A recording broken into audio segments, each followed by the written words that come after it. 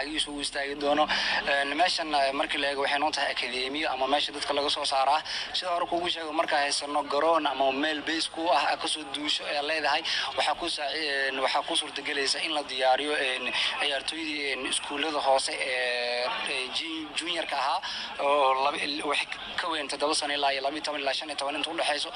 waxa kale oo jirto juniorka loo xushaa 16 under 15 under 20 under 18 under 16 under 17 saasa loo kala xushaa wax 17 18 19 ka hooseeya 20 ka hooseeya marka garoonka marka haysato waxay ka saacidaysaa in qayb walba halkan ku diyaarsatid si caalamka tartamo waxa laga qayb galaa oo ah junior iyo ku senior waaweyn marka garoon haysano waxay naga saacidaysaa kuwi daayarta iyo kuwi waaweynka oo meel aan ku diyaarsano ay noo saacidaysaa fursad u weyn haysano waxay tahay in helnay maanta dugsi wax lagu barto ama akademi wax lagu barto dadka laga soo saaro in maanta Soomaaliya kadib yeelan doonto faano la farka maqadna garoonkana dhismihiisa qayb kala duwan haray balse hadda qaybta ugu weyn ee loo diyaar gareeyay ama la diyaariyay ayaa ah qaybta kubadda cagta garoonkii qaybta kubadda cagta ayaa maanta la diyaariyay way xarig ayaa laga jarayaa madaxweynaha dawladda Soomaaliya ayaa ka jarayo waana la filayaa dhawaan inuu soo gaaro garoonkiina wuu qurux badan yahay oo ujeedaa wax ka dhiman ma jiraan kaliya waxa ka maqan taageerayaashii garoonka Camira ee soo jira awood marka hadii galabta tahay waxa ka sii qurux badnaan lahaa bandhigan maanta in taageerayaal garoonka meel la istaaga labeyn lahaa waxa dareemaysaa bahda warfiyeenada qof walba ama dadka baraha bulshada la xiriira inay soo weydiinayaan garoonka taageerayaal miyaa ka soo qayb galaya marka sabab jiro iyo maanta maadaama xarag jar tahay kaliya garoonkana dhismo badan wali waarsan yahay in taas darteeda u saamixeen in taageerayaal ka soo qayb galaan laakiin kulamada soo socda oo kulan weyn oo furitaan ah oo xul dibadda ka imaanaya wali u badan yahay xulka walaalaha inaan Djibouti in lagu daafuri doono maalintaas ayaa la rajeynayaa garoonka inuu maqaamkiisa soo ceshan doono bandhiga dadkeenana ay arki doonaan wixii maalintaas ka dambeeya in ay faa'iidada ay leedahay in guri leedahay ama home aad ku ciyaarta aad leedahay maanta marka maxaan isdhihi karnaa maadaama aan dhalinyaradii maanta saxaafadda ka mid nahay haddana aan u jeedno garoonkii inuu aad u wanaagsan yahay inuu aad loo dhisay looga taxadiray juhdi badan la geliyay maantana uu furi doono madaxweynaha dawladda Soomaaliya waxaa is leedahay maanta dabcan waxa isleeyahay qofkii maqan wuxuu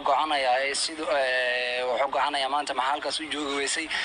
maadaama dad tiro kooban oo bahdi warbaahinta iyo bah kale oo sportiga qaybii hore iyo marti sharaf yar ay joogto garoonka aan arkayn in qaybta VIP xataa aysan buuxin inta kale garoonkana uu faaruq yahay waxa ugu weyn hadda loo aanan karo waxay tahay maadaama xarig jar kali uu yahay garoonka shaqadii weyneed laga qabtay kadib burburkii ayaa ugu wacan maanta waa xarig jar kaliya balse bandhiga weyn ee dadka Soomaaliyeed ka soo qayb galaan rajeenaya inuu noqdo kulanka weyn xul kale banaanka imaanayo noqon doona xulka Djibouti oo xulka Soomaaliya martigelin doona balse maanta waa xarig jar shaqadii weyneed halqaana garoonka lagu dhisay 18 markii 2018 markii madaxweynaha kala wareegay Amisom garoonkan shaqadii weyneed oo la qabtay kaliya ayaa xarig laga jarayaa maanta balse bandhigii weyn oo dhameeyay yahay balse waxay daawan doonaan oo Universal TV-da kamid yahay iyo TV-da kale ciyaaraha dalkaba garoonka Stadium Muqdisho ay ku sugan yihiin ciyaarta halkan ka dhici doontana si live halkan ugu daawan doonaan aanu soo tabin doono dad waa joog u ahaa aan halkan kaamira soo risaadin doono taariikh badan loogu sheekeen doono annagana inta indhaheena qabtaan ay garoonka wax ka dhaca u warami doono waa tahay VIP-da markii la fiiriyo hadda waxa jooga mas'uuliyiin qaybta sportiga sida wasiirada sportiga iyo wasiirada kale xildhibaano isugu jira waxa kale oo jooga aad arkaysaa in maaragtay dhalinyaro Soomaaliyeed